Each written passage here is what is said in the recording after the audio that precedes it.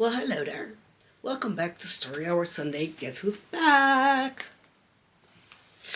We are still reading Alice's Adventures in Wonderland, and we have arrived at chapter 11. Let's get right on with it. Chapter 11. Who Stole the Tarts?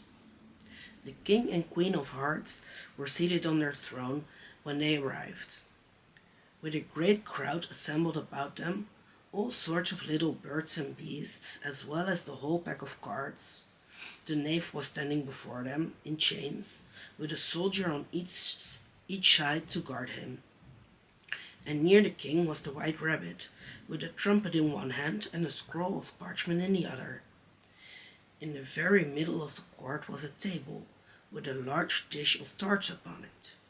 They looked so good that it made Alice quite hungry to look at them. I wish they'd get the trial done, she thought, and hand round the refreshments. But there seemed to be no chance of this, so she began looking about her to pass away the time. Alice had never been in a court of justice before, but she had read about them in books, and she was quite pleased to find that she knew the name of nearly everything there. That's the judge, she said to herself, because of his great wig. The judge, by the way, was the king.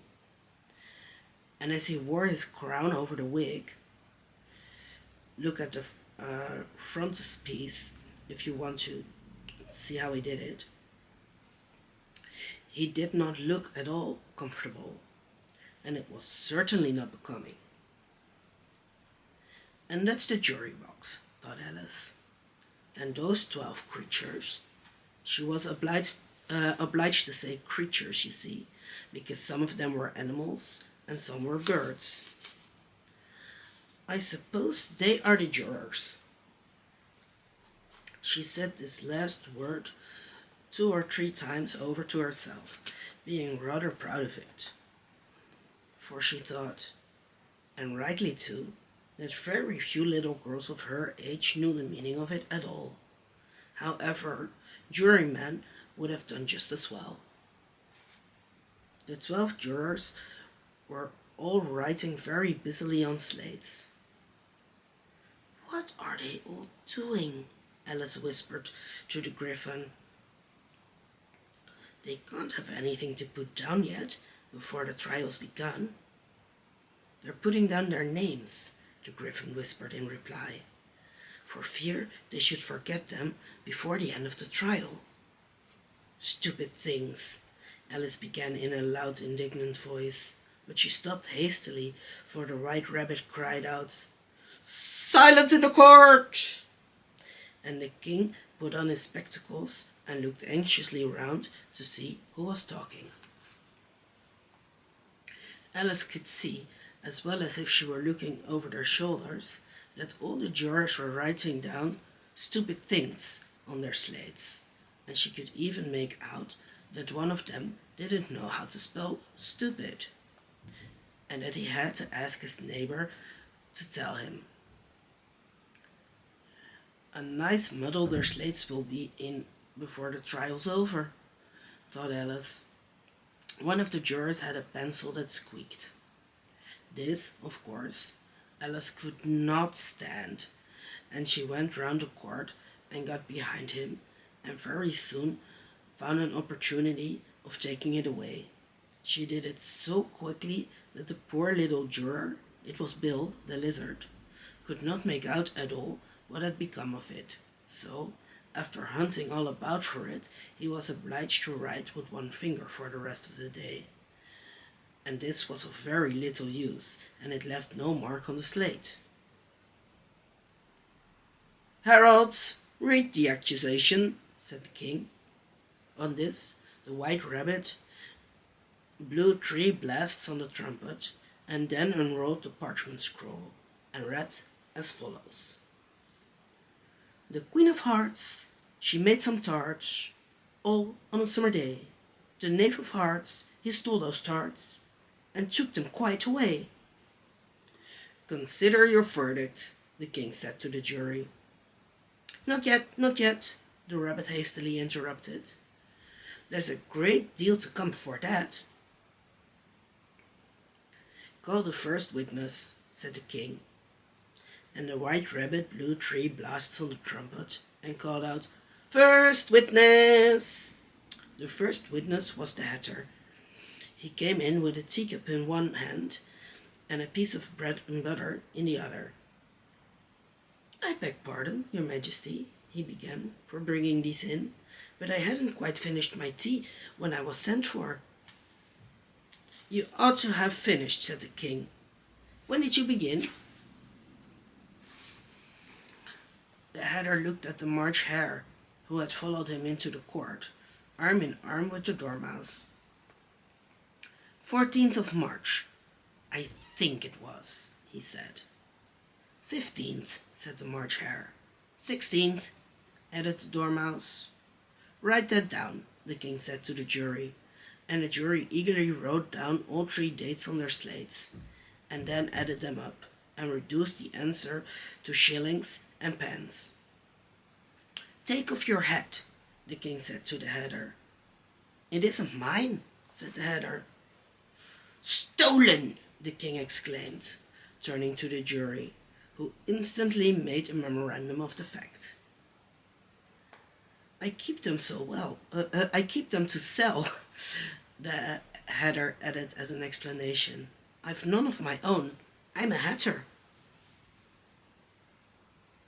Here the queen put on her spectacles and began staring hard at the hatter, who turned pale and fidgeted. Give your evidence, said the king, and don't be nervous, or I'll have you executed on the spot. This did not seem to encourage the witness at all. He kept shifting from one foot to the other, looking uneasily at the queen, and in his confusion he bit a large piece out of his teacup instead of the bread and butter. Just at this moment, Alice felt a very curious sensation, which puzzled her a good deal until she made out what it was. She was beginning to grow larger again, and she thought at first she would get up and leave the court, but on second thoughts she decided to remain where she was as long as there was room for her. I wish you wouldn't squeeze so, said the Dormouse, who was sitting next to her. I can hardly breathe. I can't help it, said Alice very meekly. I'm growing. You've no right to grow here, said the Dormouse. Don't talk nonsense, said Alice more boldly. You know you're growing too. Yes, but I grow at a reasonable pace, said the Dormouse. Not in that ridiculous fashion. And he got up very sulkily and crossed over to the other side of the court. All this time, the queen had never left off staring at the hatter, and just as the Dormouse crossed the court, she said to one of the officers of the court, Bring me the list of the singers in the last concert. On which the wretched hatter trembled so that he shook both his shoes off. Give your evidence, the king repeated angrily, or I'll have you executed, whether you're nervous or not. I'm a poor man, your majesty, the hatter began, in a trembling voice. And I hadn't begun my tea. Not above a week or so. And what with the bread and butter getting so thin, and the twinkling of the tea. The twinkling of the what? Said the king. It began with the tea, the hatter replied. Of course twinkling begins with a T, said the king sharply. Do you take me for a dunce? Go on. I'm a poor man, the hatter went on, and most things twinkled after that. Only the March Hare said. I didn't, the March Hare interrupted in a great hurry. You did, said the hatter. I deny it, said the March Hare. He denies it, said the king. Leave out that part. Well, at any rate, the Dormouse said, the hare went on, looking anxiously round to see if he would deny it too. But the Dormouse denied nothing, being fast asleep. After that, continued the Hatter, I got some more bread and butter. But what did the Dormouse say? One of the jury asked. That I can't remember, said the Hatter. You must remember, remarked the king, or I'll have you executed. The miserable Hatter dropped his teacup and bread and butter and went down on one knee. I'm a poor man, your majesty, he began. You're a very poor speaker, said the king. Here one of the guinea pigs cheered, and was immediately suppressed by the officers of the court. As that is rather a hard word, I will just explain to you how it was done. They had a large canvas bag, which tied up at the mouth with strings. Into this they slipped the guinea pig head first, and then sat upon it. I'm glad I've seen that done, thought Alice. I've so often read in the newspapers at the end of trials there was some attempt at applause, which was immediately suppressed by the officers of the court, and I never understood what it meant until now. If that's all you know about it, you may stand down, continued the king. I can't go no lower, said the Hatter. I'm on the floor as it is. Then you may sit down, the king replied.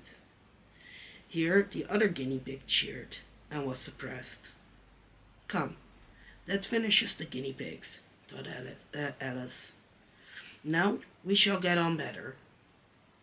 I'd rather finish my tea, said the Hatter, with an anxious look at the queen, who was reading the list of singers.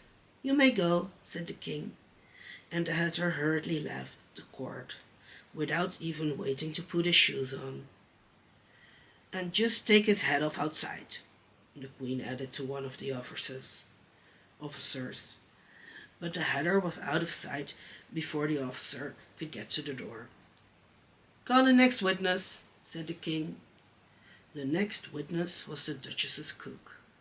She carried the pepper box in her hand, and Alice guessed who it was, even before she got into the court, by the way the people near the door began sneezing all at once. Give your evidence, said the king.